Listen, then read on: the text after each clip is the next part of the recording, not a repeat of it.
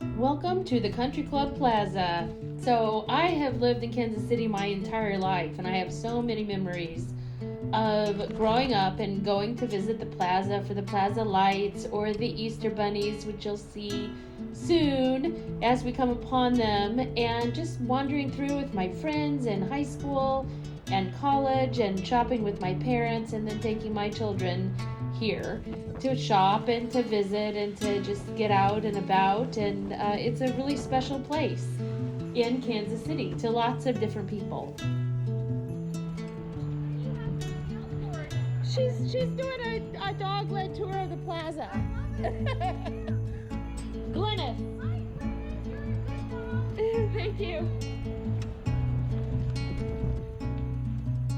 As you know, much of Kansas City was developed by ReeceNichols, and his people, I suppose, planned the center as one of the very first suburban shopping centers. Although I've done some research and have also found that distinction was placed upon the Brookside shops as well, that they actually came before the plaza. I'll let y'all fight on that on your own. But my research has told me this time that ReeceNichols did call this the very first suburban shopping center that was planned. And it was perhaps the first one that was planned to accommodate people who were going to be driving with a car in 1923. So he had ample parking that was kind of hidden and places for people to park their cars, which was a big deal. What I thought was interesting is the media and the general public made fun of him for this, and they thought that it was too far away from Kansas City, no one would go there, and they called it the Nichols Folly. Well, as we know, that didn't come true, and the plaza is still beloved to all of Kansas City. ReeceNichols' principal designer's name was Edward Tanner, and he was the one that helped design the plaza as you see it. Both Nichols and Tanner were inspired by the Spanish marketplace in Seville, Spain. And some of you may remember Seville Square, which was on the corner where Brio is now, and that was it had its own little kind of shopping area, and I think that's where the movie theaters originated, and that was called Seville Square. Edward Tanner also designed the Crestwood shops in Brookside and the Prairie Village shops. They're not quite as Spanish, but you can, once you know about that, when you drive by them, you can see a little bit of some of the same kind of look to those two areas. He did also design 2,000 houses in Kansas City, a lot in the Country Club area, the big beautiful houses in what's called the Country Club district, and the Linda Hall Library. The initial architectural plans were made by Edward Delks, another Kansas City kind of icon, and Delks was the architect that took over the Community Christian Church from Frank Lloyd Wright and finished that. Delks also designed the Starlight Theater. The plaza is mainly made up of shops and restaurants, although there are quite a few offices that are within the plaza area. There's a bunch of apartments that are across from Brush Creek. There's a park at the end that we always called it the Fountain Park. But there's so much to do on the plaza. They do have several different events throughout the year, lots of live music in the summer and fall on the corners with different musicians and buskers and just a variety of different kinds of entertainment. The Plaza Art Fair is something that we all look forward to as the third weekend after Labor Day. For 2021, it's scheduled to be September 24th through the 26th, so put that on your calendar.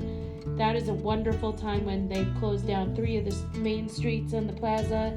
Tons of food and drink, and all the artists that are local and national. It's kind of a big deal to get into the Plaza Art Fair. And they also have stages with several different musical stages and lots of entertainment for the kids and music, and it's pretty great. The Plaza Lights are also a really big deal for Kansas Cityans, and they are typically turned on Thanksgiving night with a big street party.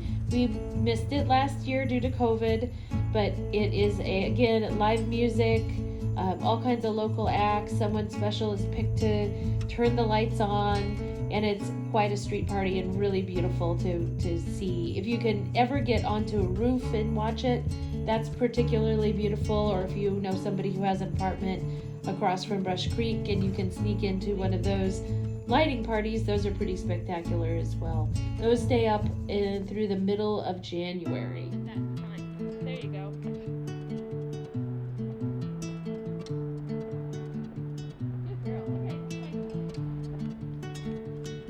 Right now, the bunnies are on the streets, and these I remember when I was little to come down to visit around Easter time. All these little bunnies and their woodland friends, and their eyes used to light up, which were kind of fun.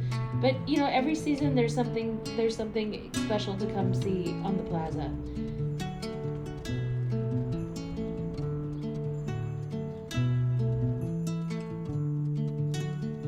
Lots of food again. Really well-known restaurants, some that are local, Capitol Grill, Classic Cup, Rye, and then of course the standards, wonderful Fogo de Chao, McCormick and Schmick. Jack Stack's a good, if you need to go have some local barbecue, that would be a good one to visit. And Made in Casey Marketplace also has a really wonderful local food and coffee and treats and all kinds of wonderful local things. Lots and lots of shopping to be had in the plaza. Again, some local and some national. Charlie Hustle, those famous Kansas City t-shirts, they're wonderful. Better Cheddar. If you don't know that Hallmark originated in Kansas City, there's the Hallmark Crown, Old Crown shop, which has lots of local stuff and again, lots of Hallmark things. Tiffel is our famous jeweler that is local, and then some of the greats, Anthropologie, Athleta, Urban Outfitters, West Elm. Really pretty much anything you could ask for, you can find here in the plaza. I'd love to hear your memories of the plaza, if you've grown up here or if you came to visit. What brought you here? What did you like the best? It's a pretty special place, and we sure love it.